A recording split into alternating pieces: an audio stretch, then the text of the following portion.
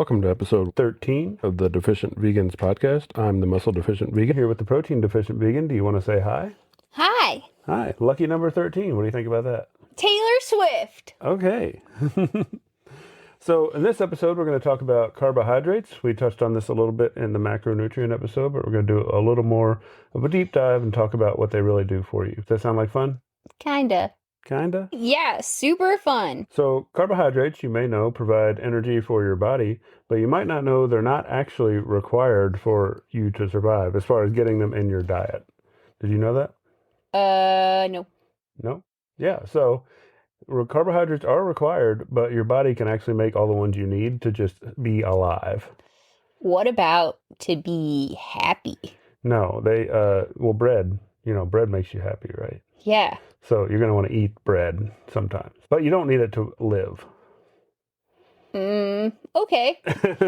You need it to have the will to live. Okay, there's probably something to that. Okay. So since you don't technically need it to live, you may hear that people do the keto diet, which is basically extremely low carb, and they can do that for long periods of time because you don't technically need carbs. I don't really recommend that. I wouldn't do that because I think it's good to have a balanced diet, and carbs do a lot of stuff for you we're going to talk about here. But just so you know, so I don't get some hate from the keto crowd, technically ketones, which is what you generate in your body when you're low carb. I'm not really keto, so I don't know if I'm using the right terminology here. But you can replace some of what carbs do in your body with doing it with ketones instead. So I just want to say that as a general disclaimer, technically you don't need carbs. But I think they do a lot of good stuff.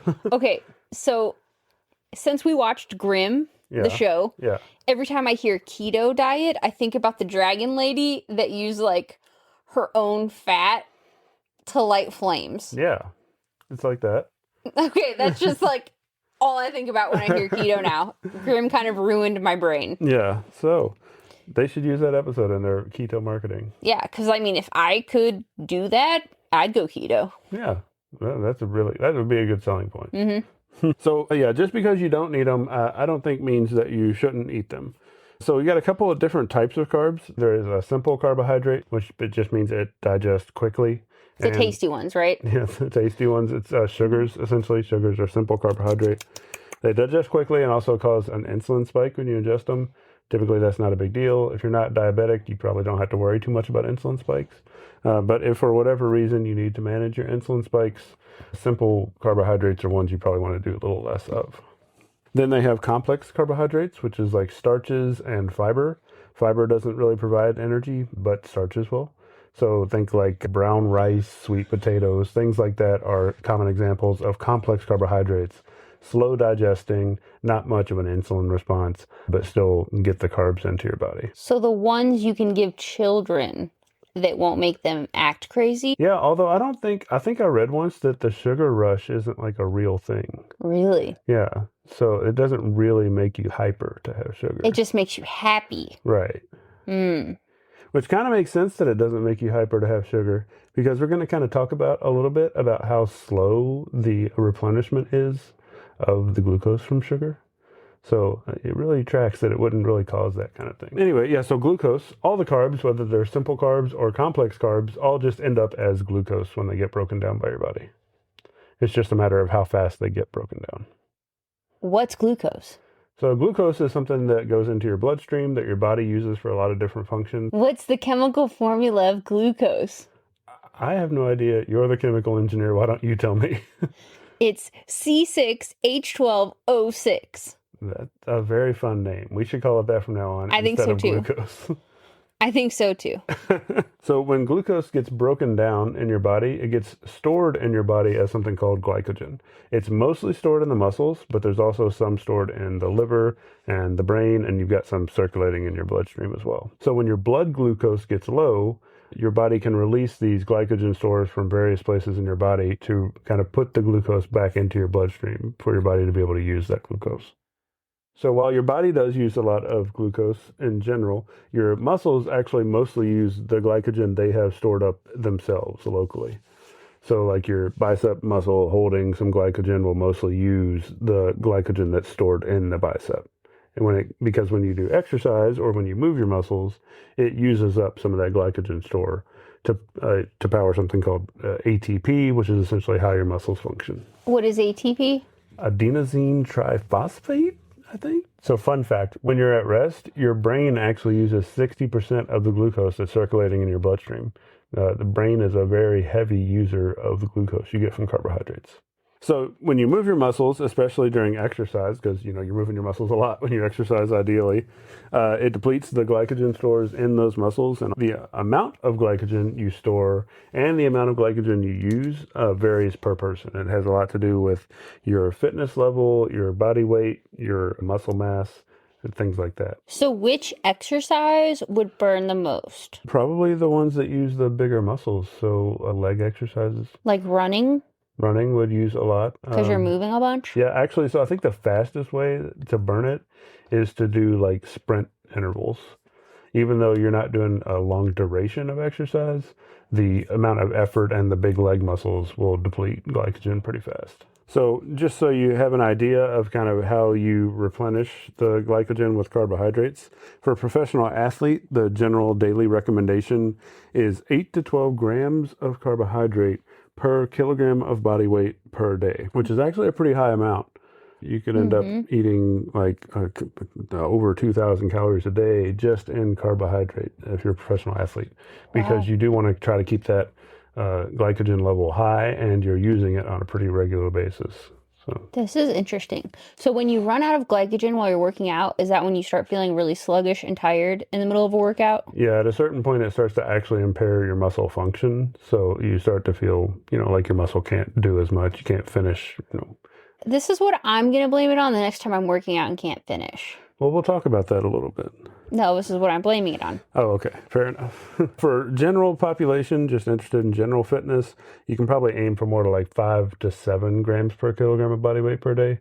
It's a lot more reasonable target. So let's say you're eating at maintenance.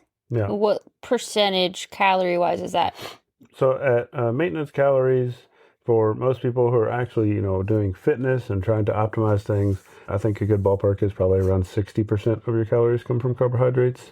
That might be difficult to hit that and a protein target. I would probably prioritize the protein target and then just get as much carbohydrate as you can. Now, would you go more carb heavy if your form of exercise is more leaning towards like running and cardio, and more protein heavy if you're like more into weightlifting and stuff?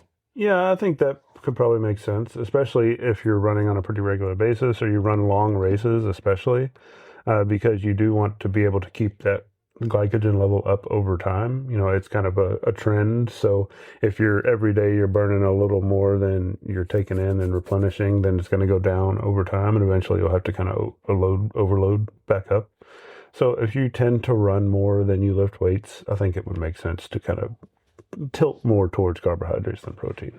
Yeah. So speaking of replenishment, it can take up to 48 hours to really fully replenish your glycogen stores.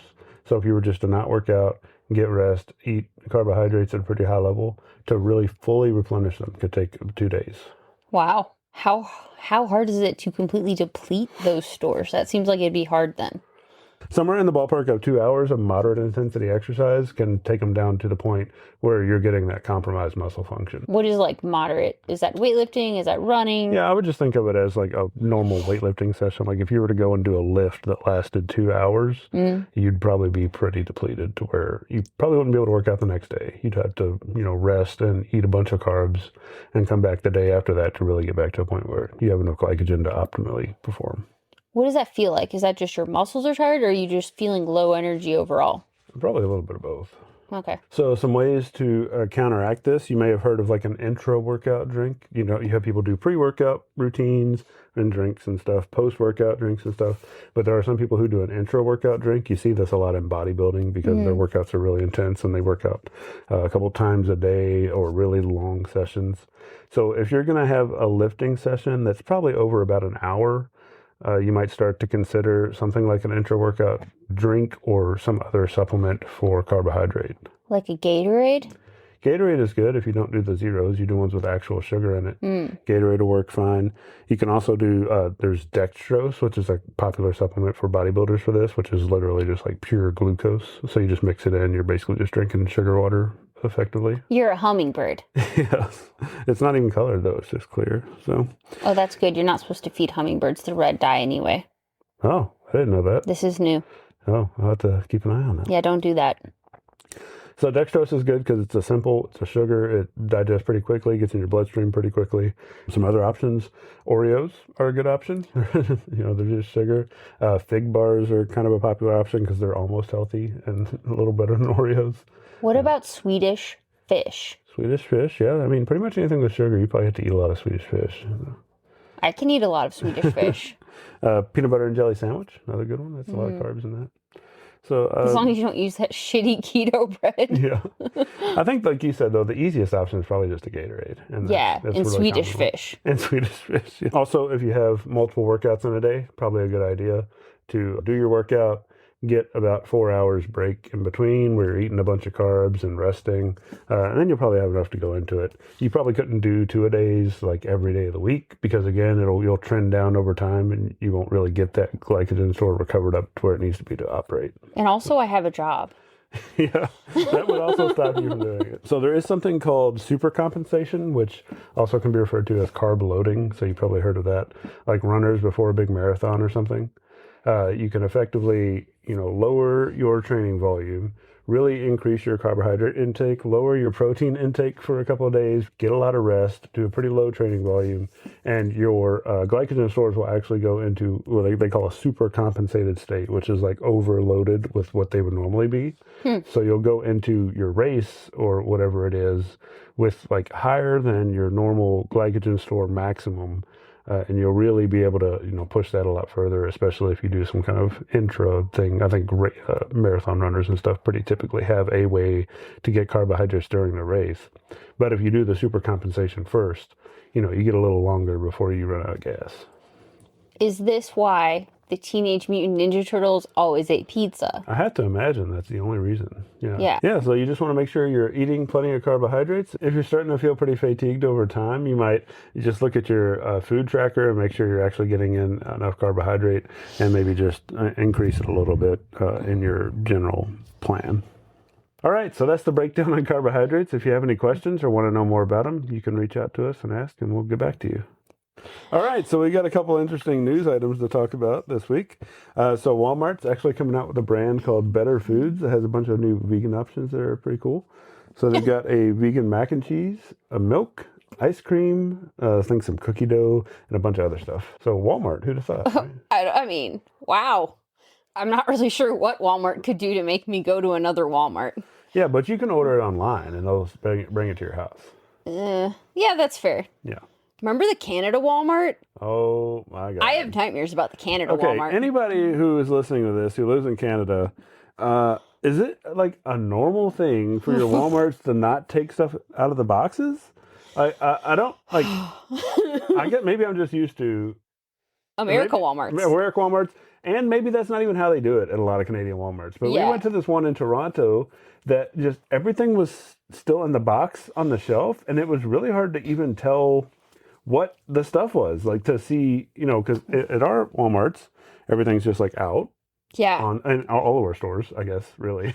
Everything's just out, sitting on the shelf, and you can see the product. Yeah. But when we went there, everything in the entire store was still in its in its box. Yeah. And you couldn't really see the products at all. It was hard to find things. It was wild. We looked for silken tofu for at least 30 minutes. Yeah. Until I think we almost had panic attacks and just left. So I need to know, is this was just like an anomaly, and maybe there was one day at this one Walmart, or is that just how it is? Because it was super hard to find anything. I've always thought moving to Canada sounded great until that Walmart. That Walmart changed my mind a little. Yeah. I was like, I don't know. Yeah, and the lines were still bad. The lines were crazy. Yeah. That's a problem we have here, too. It was like 11 o'clock at night, too. Yeah. Usually a ghost town at the ones around here, so... Other than that, Canada was really cool, but that Walmart was wild. Except for the underground mall thing. Yeah, they closed pretty early. It was really cool. It was a cool idea, and we thought it was really cool when we walked in. But then the more we walked around, the more we realized everything was like closed at 3 PM. Yeah. So we don't. I guess maybe again a bad day to go. We just don't understand Canada. I'm sure Canada's awesome. Yeah. The people seem great. We went to a really cool castle. We did go to a cool castle. Yeah, that was pretty cool. Anyway. Walmart. Walmart. Next thing we saw, Britain just approved lab-grown meat for pet food. That's pretty cool. So there's a company called Meatly that's going to be making lab-grown meat for cats and dogs and I think other things. That's pretty cool because, there are a lot of people that, even though studies have shown eating vegan dog food is fine, there's still a lot of people that have concerns about that. So I think this will help people bridge that gap. Yeah, and it's especially cool for cats, I think, because while dogs can be vegan, technically, cats really can't be vegan. So having a lab-grown meat, like a vegan actual meat option for cats, I think is probably a game changer. Yeah, I think so too. So that'd be cool. Also, this isn't really vegan specific, but I do have a vegan fun fact. The Summer Olympics in Paris are starting soon. They'll be running from July 26th to August 11th, and I only mention that because you should watch the USA Olympic weightlifting team. Now, there was a guy named Kendrick Ferris who went to the Olympics 3 times for Team USA, and he was a vegan. The last time he competed, I think, was in Rio in 2016. And at that one, he actually broke the U.S. record for total lift during the trials leading up to the Olympics. Wow. He was a beast. I don't think there are any vegans on the current team. I looked a little bit before this. I didn't see anything about any of those being vegan. But maybe one of these days. Either way, cool sport, and you should watch it. Yeah, I think there are still a lot of vegan athletes at the Olympics because I saw this article actually about how many vegan options are at the Olympics, like food-wise, because they serve so many meals, and apparently there's just a ton of vegan options this year. Yeah. And I also saw that thing about the beds. Their beds are made out of cardboard boxes. Yeah, I saw something about that. That's pretty cool. That's like so crazy. Yeah. Their beds are made out of cardboard boxes. I mean, it makes sense because you have to have so many beds and they're temporary. Yeah. Very cool. Yeah. A lot of cool stuff there. The weightlifting specifically starts on August 7th. So while the Olympics start on July 26th, there's no weightlifting events until August 7th. Actually, I saw a really interesting Instagram post a couple days ago from this one account that talks about like sustainability and green energy projects and stuff. Anyways, they were talking about the Olympics and that I think they were going to be serving 2 times as many vegan options as any other like previous Olympics. That's pretty cool. Yeah, and I guess they're like focused more on sustainability and stuff this year with recycled materials and stuff, and they're using recyclable cardboard as the beds. That's really awesome. So, if you're ever looking for another Instagram account, Going Green Media posts literally the coolest stuff. They might have my favorite videos on Instagram. They're always posting like really cool like green energy projects and stuff, and also like really cool like vegan hotels and stuff you can check out across the world. I don't know. It's like one of the coolest accounts I've seen. Check them out. Going Green Media. All right. So that's all for kind of the cool news items we saw this week. We do have one brand that we just recently tried that we wanted to talk about called Jesus. Yes. Kind of sounds like Jesus. Mm-hmm. And they really lean into that. They really lean into it. The marketing is hilarious. You can actually get a free sample pack of their products to try, and you just have to pay for shipping. Yeah. So we tried that, and there were like 6 different flavors.